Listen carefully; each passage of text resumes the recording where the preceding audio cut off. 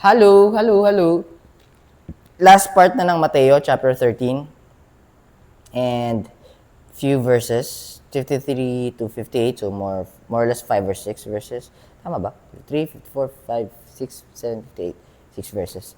So, yeah. Tapos bukas, Mateo chapter 14 na tayo. By the way, pagbabasa ng Biblia, ang salita ng Diyos yung version, and puro 20 minutes, more or less yung Bible read tapos yung Bible study.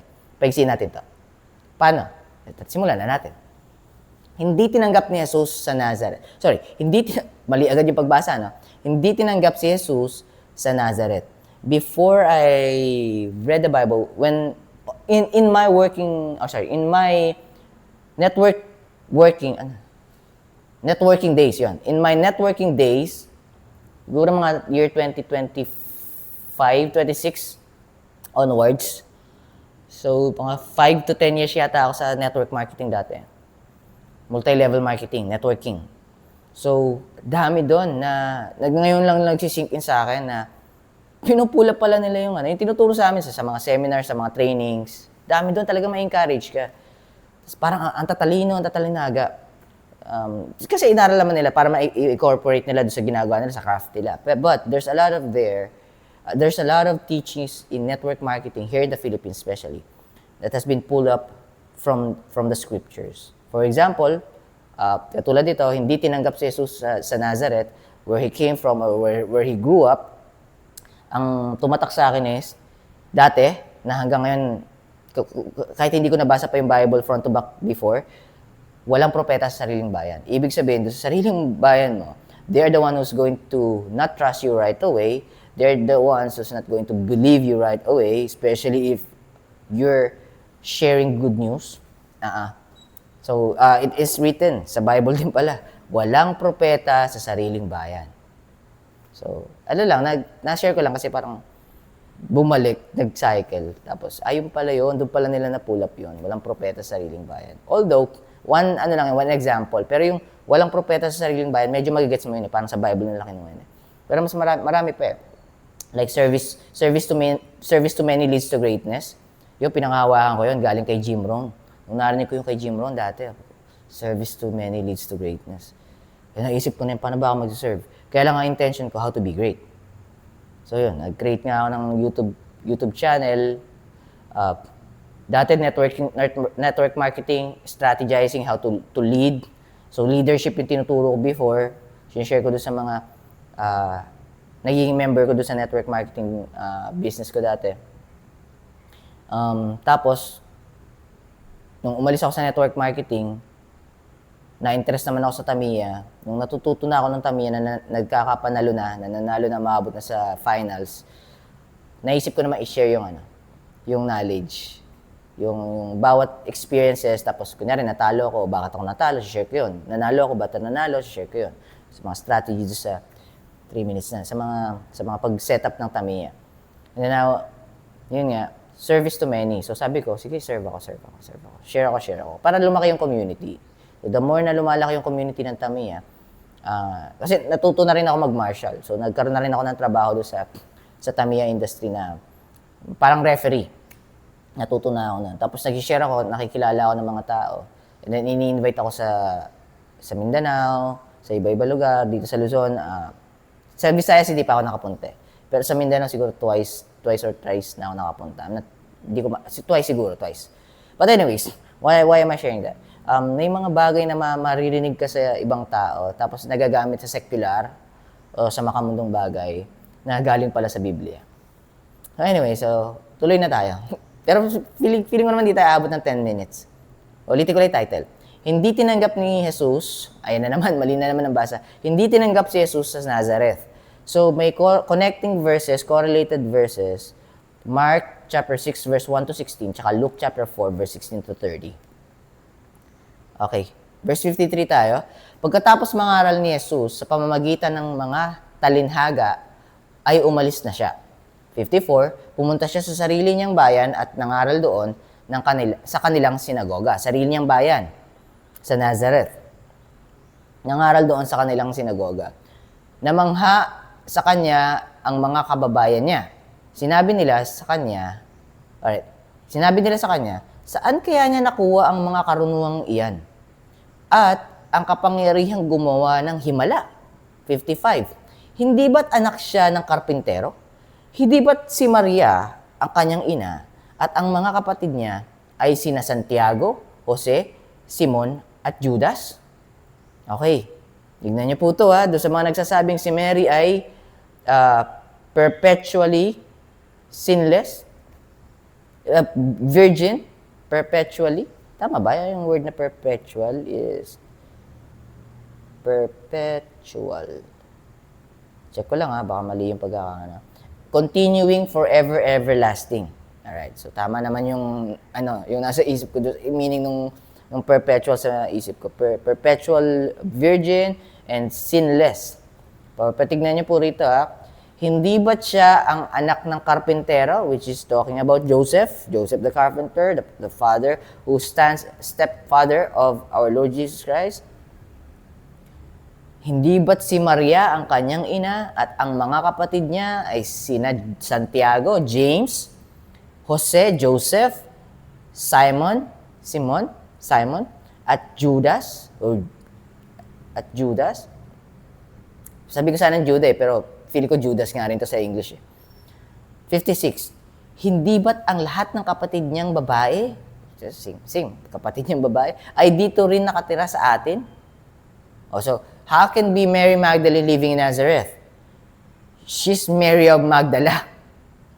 So, pero sabi ng verse dito, di ba't mga kapatid niyang babae ay nakatira din dito sa atin sa Nazareth? Babae, dito rin nakatira sa atin. Saan niya nakuha ang ganyang kakayahan? 57. At hindi nila siya pinaniwalaan. Sariling bayan, hindi pinaniwalaan. Magagawa ko na lyrics yun.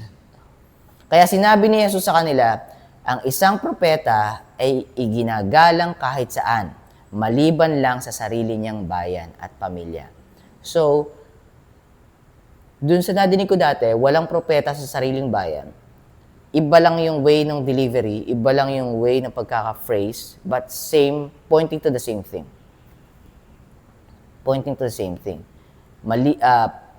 Ang isang propeta ay iginagalang kahit saan, maliban lang sa sarili niyang bayan at pamilya. Okay, last verse. Kaya hindi gumawa si Jesus ng maraming himala roon dahil sa kawalan nila ng pananampalataya sa Kanya. Okay. So that's Matthew chapter 13. Ang salita ng Diyos. Tomorrow, or maybe sooner, kasi ayoko mga ako kung magiging araw-araw tong daily Bible reading natin ng ASD. But I'm trying everything that I can and God is sustaining me. So thank God, praise God, all glory to God. Yesterday, I just want to give you news because this is just 8 minutes. My son and I was able to preach sa mini park dito sa Malolos, sa Kapitolyo. We are able to talk to 5 persons. Yung isa dun sa isang batch sa 5 persons ay magkasama na sila, friends sila. And sobrang yung guidance ni Lord, meron akong pinrepare na mga question and answers to make it shorter. But the thing is, all those verses and all those information coming from God is running inside my head. So nangyari, na-share ko na na-share. May isa doon 38 minutes, may isa doon 20 minutes, may isa doon 6 minutes, may isa doon 23 minutes. So, 4 na videos yon i-upload ko na lang. Siguro, by week, every week, once a week. And then, this coming Sunday, my son and I will do it again. Sa Santa Maria, Bulacan naman. I need to get used to it. God is pushing me to do it, to preach the gospel, to share the good news of God sa mga tao. I'm not promoting any religion. I'm not promoting any church pagka nag-share ako ng gospel. I'm just pushing Jesus. I'm pushing God. That is my intention. Hindi ko rin binigay yung information. But I'm asking people that share their time with us if I can upload the video. Pagka nag-say sila ng no, hindi ko upload. Pagka nag-say sila ng yes, I'll be uploading it.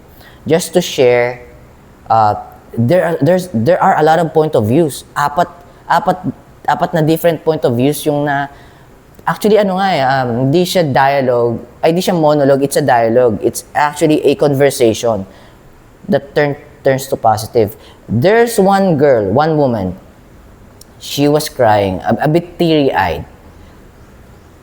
We approached her. I've asked her, can I ask a question? Can I ask you a question? And she said no. So sabi ko kay Benix, kasi bago namin i-approach, naka na yung camera because I want it to be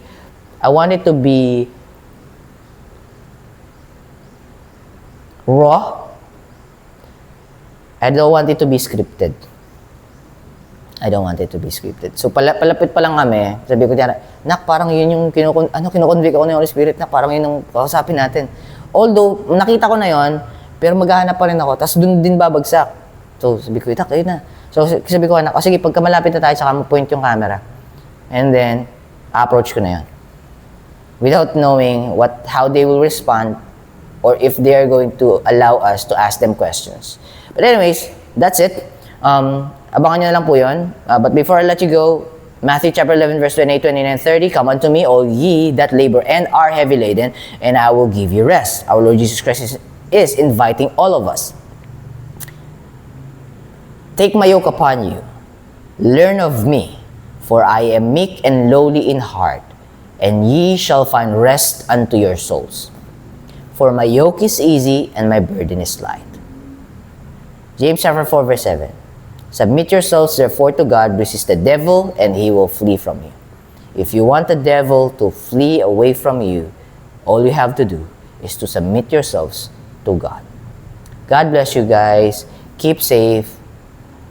The holiday is coming. Christmas time, Christmas day is coming. I'm gonna greet you from now on up until December 25th. Advance Merry Christmas, guys. Praying that if you woke up today, I know that you're blessed already. God has a plan for you. So God bless you. Always. I'll be seeing you soon. Not tomorrow, maybe on a different day, but I'll be seeing you soon. Bye for now.